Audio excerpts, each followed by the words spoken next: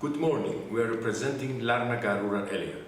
Our challenge is the sustainable development of the honey roots and the development of a tiny historical village with honey-based economy.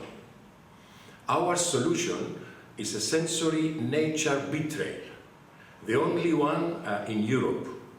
We are creating a new experience which will be consisting of bee hotels, a historical water fountain, stories and legends of the region, knowledge and info awareness points about the bees and bee-friendly herbs and flowers.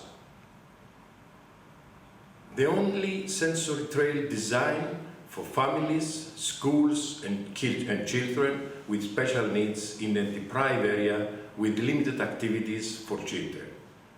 The impact will be that it will increase the flow of tourism in the area and will preserve the culture, history and biodiversity of the honey roots.